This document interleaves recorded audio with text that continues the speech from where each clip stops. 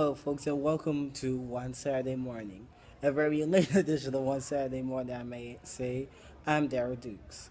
Now, before we continue, I would like to apologize for having One Saturday Morning airing so late on a not so One Saturday Morning anymore. Technical issues came up, prohibited us to air at our normal time of 11 a.m. in the East. So, as they said, better late than never. So I apologize on that end, which we'll have a few more programming notes to announce later on the show. But we're going to lead off this special edition of One Saturday Morning with the flooding in Texas. Over the past week, 3 people have been killed because of this flooding, many more injured. Here's the full report from our friends at Reuters. 3 people are dead and 12 reported missing after massive flash flooding in parts of Texas. The floods were caused by tornadoes, heavy rainfall, and thunderstorms over the weekend. Meteorologists said soil was saturated from heavy rainfall over the past 3 weeks, which led to the floods. Thousands were forced to evacuate or were stranded on rooftops. Some homes were completely washed away. You could hear the house move off the foundation, and Gordon said, "Here comes my house." And within a matter of minutes, his house floated by. The governor of Texas declared states of disaster in 24 counties, describing the flooding as a relentless wall of water that mowed down trees like they were grass. The governor's office said the severe weather could continue through the week. Okay, next story here on this special edition of One Saturday Morning is over the Memorial Day weekend here, well actually in the Fort Lauderdale area, a water spout came up and it lifted a bounce house up in the air about maybe a couple feet. 3 kids were injured. A lawsuit has been filed. Here's the full report now from Lindsay Davis of ABC News. Fort Lauderdale beachgoers incredulous this afternoon as they watch this water spout move from the water onto shore. First just kicking up sand, then bounce house. This bounce house with children inside flips, then rolls several times before going airborne. The bounce house taking out light poles on its ascent to roughly 20 feet in the air, across a parking lot and over 4 lanes of traffic. 3 children inside falling onto the sand, injured but conscious and alert, one of them in serious condition. And the kids, you could see them falling out of the bounce house. These images of bounce houses plucked from the ground, then crashing back to earth, are frightening images we're all too familiar with. Like this inflatable slide in Nevada, launched 300 feet by a dust devil in 2014, injuring 2. And a few months later, this bounce house soaring as high as 50 feet at this New Hampshire apple orchard. 2 toddlers inside, 1 left unconscious. As soon as it went up, it just kind of flipped and came straight down. In recent years, 11,000 injuries a year. That's 15 times higher than a decade ago. On average, sending 1 child to an emergency room every 45 minutes. The industry says if installed and used correctly, bounce houses are safe. Still, for years, federal officials have considered new warnings for this unregulated industry to prevent scenes like this from recurring. Currently, only about 20 states have legislation with guidelines mandating how many attendants must be present, how deeply the stakes need to be in the ground, and the wind speed at which all children must exit. Amy? All right. One of the 2 programming notes that before we get into the next story, possibly either the next Saturday, a week from today, or the Saturday after, but most likely it'll probably be next Saturday or the Saturday after. Either way, I still got to figure that out. We'll be airing a special edition of Race for 270, which is our coverage here on the News Now Nation for the race for the White House. Basically, by the time we tape this, a couple more people already announced their candidacy for the presidency. We just want to get you all caught up on the stuff that you need to know, including poll numbers and stuff. So most likely either next Saturday or the Saturday after that, we'll let you know about the Race for 270 special, about the candidates who are running so far. which ties into our next story, courtesy of CNN, which deals with more people announcing their candidacy for the race for the presidency in 2016. Here's the full report from CNN. Just when you thought it couldn't get any bigger, the 2016 presidential field will expand even more this week.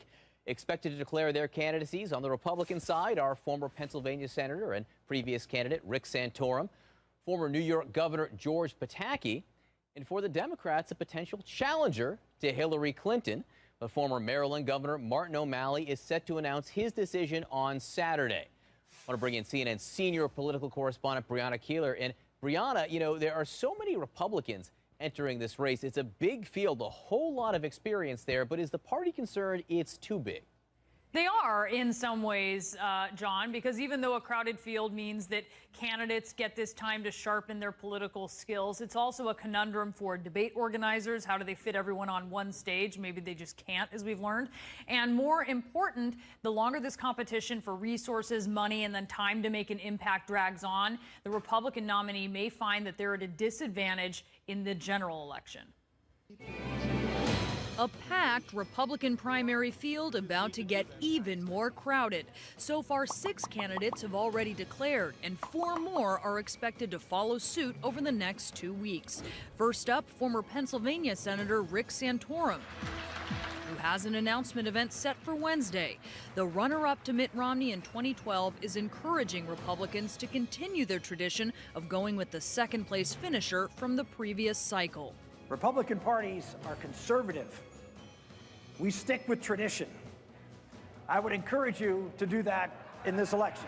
Former New York Governor George Pataki will make his presidential ambitions clear Thursday in the first-in-the-nation primary state of New Hampshire. When I look at the country and the world today, I think our country is at greater risk of losing our freedom than at any time in my lifetime.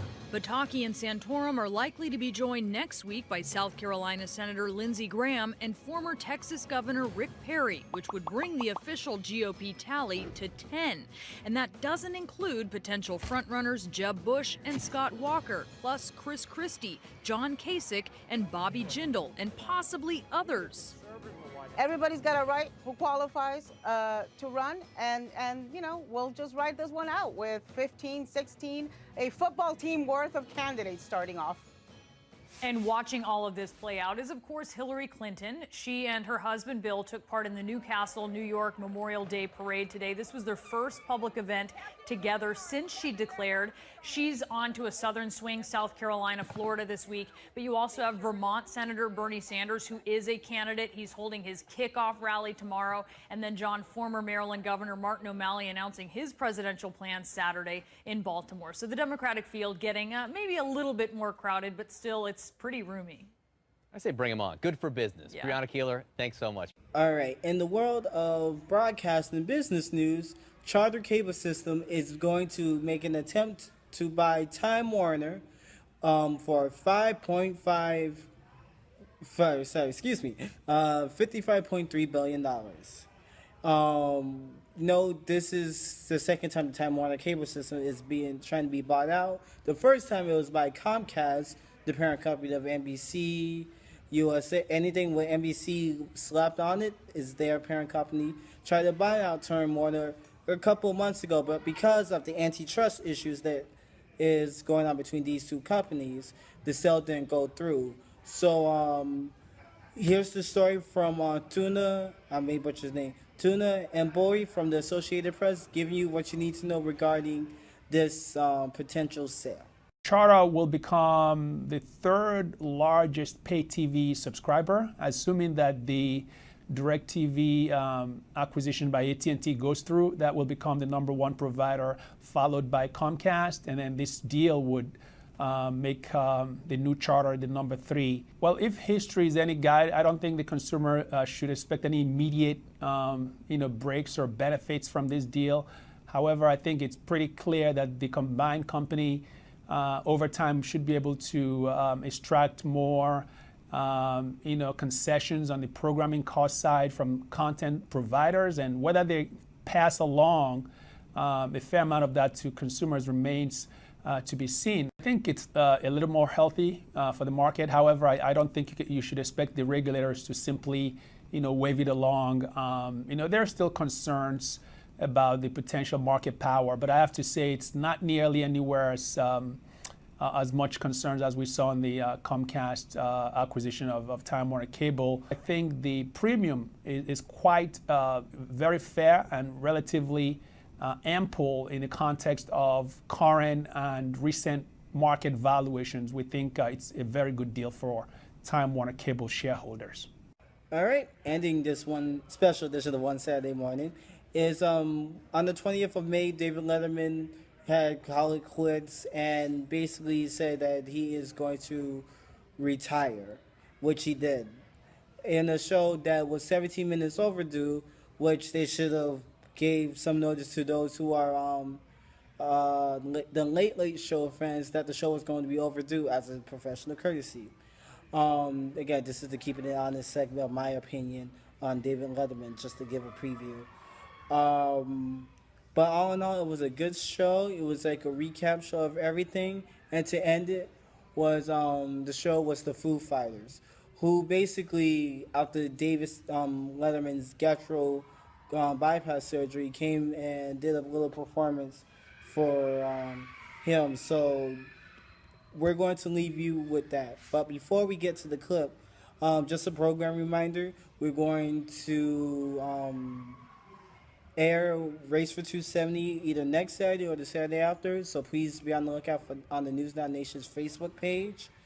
Probably most likely, if it's on one of the Saturdays, it'll immediately air after one Saturday morning. And if you notice something a little different about where we're taping this edition of One Saturday Morning, this edition of One Saturday Morning is being taped at K1 Speed. No, K1 Speed is the premier leader in indoor go-kart racing. I'm just happy to be taping this at the Medley location at 8600 Northwest South River Drive off the 826. And they've been gracious enough to let me, well, the bosses are gracious enough to let me tape this very late edition of One Saturday Morning so that you, the folks, can get what you need to know. So a special thank you to those there. So we're going to leave you with David Letterman's full retirement speech on his last show. If it's Saturday, then it's One Saturday Morning. I'll see you next Saturday for another edition of One Saturday Morning. Stay gold, everybody. Yeah, let me say a couple of things here, and then we'll continue with activities. The last 6 weeks, it's been crazy. People have been saying lovely things about us, and it's really been over the top. And I can't tell you how flattering, embarrassing, and gratifying it has all been. I have two things to say about this. First of all, we've done over 6,000 shows, and I was,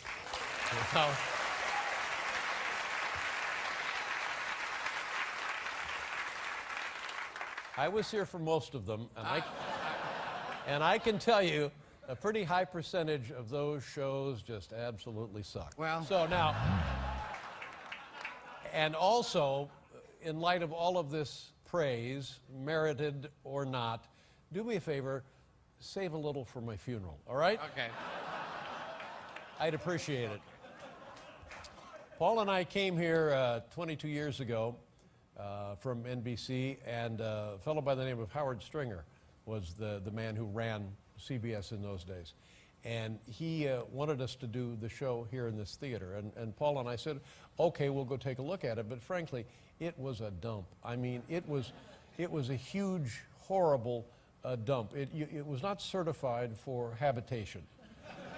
And we came in, and this is a true story, crawling with rats, big rats. But there were so many rafters and beams falling down, and this is also true, the rats were stoop-shouldered. Now that's absolutely a true story. But he turned it into this beautiful theater. Hal Gurney also helped, and now look at it. And we've come to call this home each and every day, and love it more and more. And what a wonderful place to do a show, and what tremendous music that this place has housed over the years.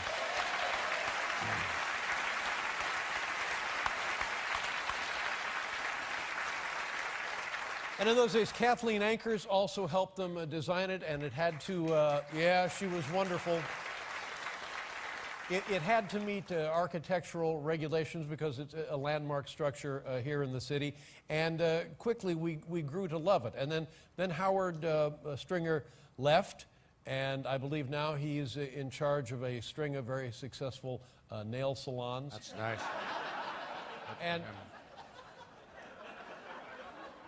And then a man named Les Moonves took over, and Les is still with us today. And Les came in, and I will just say a few things about our relationship with Les Moonves. This man, over the years, has been a friend to the show. He has been very supportive of the show, and he has been more than patient with me. And if this was a printed sheet of paper, you could underline patient several dozen times. So I would like to thank Mr. Moonves for that support.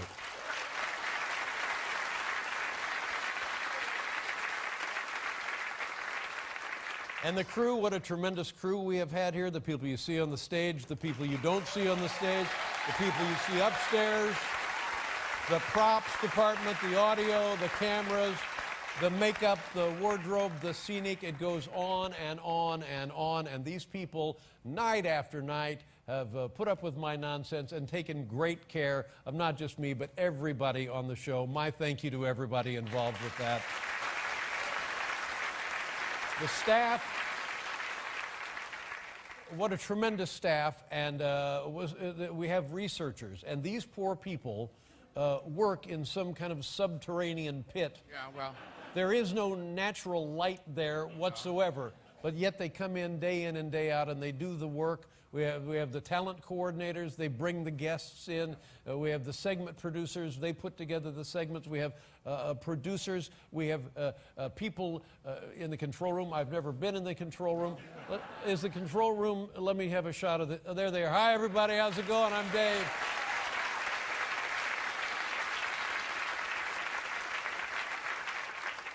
Let's keep it to 3 drinks today, okay? And of course, the writers. Throughout the years of this show and the show at NBC, I have been blessed and lucky to work with men and women who are smarter than I am and funnier than I am, and I have always been interested in doing the show that the writers have given me. Now, these people collectively that I have just now mentioned and introduced, believe me, this is absolutely the truth, deserve more credit for this show than I ever will. Thank you to all of those people.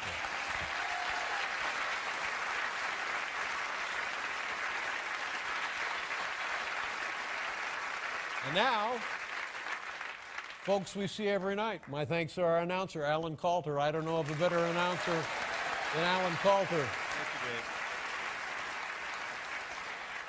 A guy who has been with me for 35 years, and mostly every day he and I have been involved in making television shows, Biff Henderson. Biff, where are you? There's Biff Henderson right there. Thank you, Biff. God bless you. Here's what I will miss most about this show, and we will start now with Felicia Collins. Felicia Collins, Sid McGuinness, Will Lee, Anton Fig, Tom Malone, Frank Green, Aaron Hike, and my good friend, as good a friend as you can have on television, as good a friend as you can have in life, absolutely a musical genius, Paul Shaffer. It's the CBS Show. How about that, Dan? Thank you, everybody. Thank you so much, David. You changed our lives. We've loved every second of it.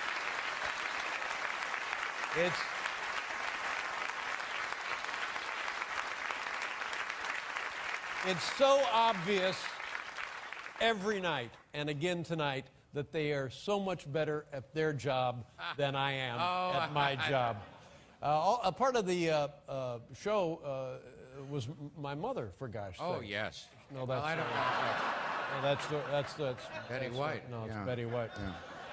Let me see my mom. There she is. There's Mom.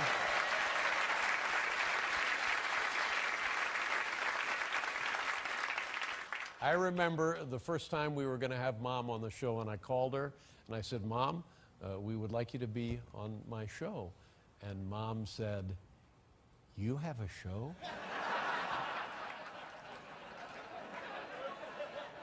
And it's been nothing but fun ever since. I want to thank my own family, my wife, Regina, and my son, Harry.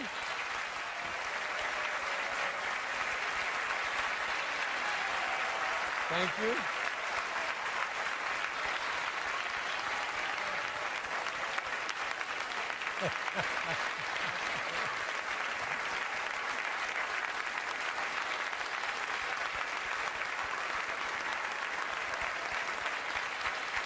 Look at that kid.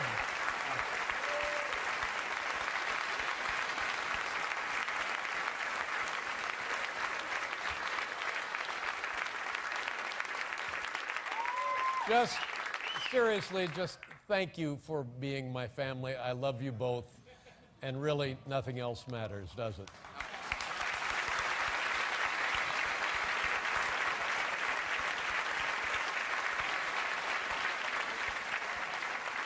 And before the show, Harry wanted me to introduce his buddy Tommy Roboto. Tommy, right there. There's Tommy. Go get him, Tommy.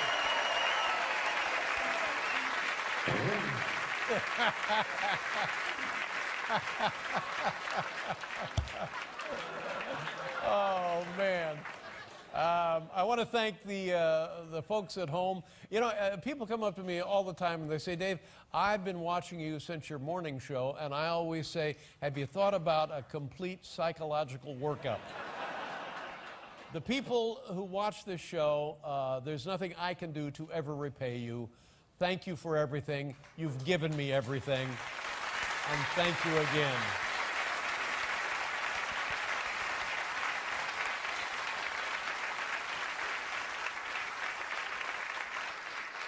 Let me tell you a little something about Foo Fighters.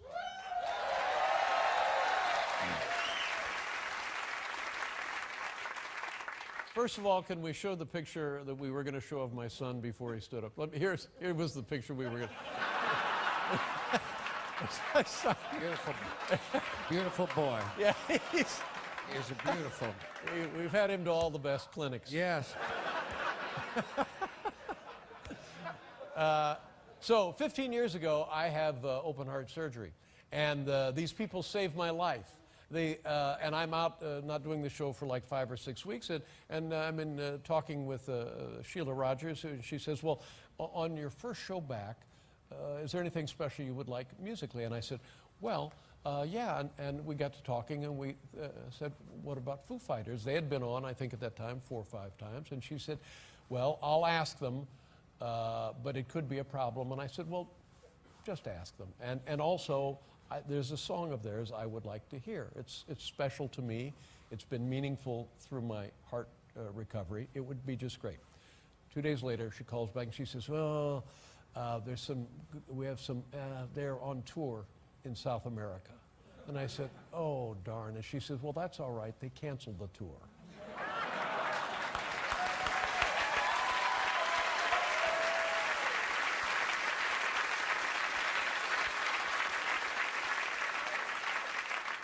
She said they are coming back to do the show, and they are doing the song that you asked for. And ladies and gentlemen, happily, ever since, we've been joined at the hip. God bless you, gentlemen. Thank you very much.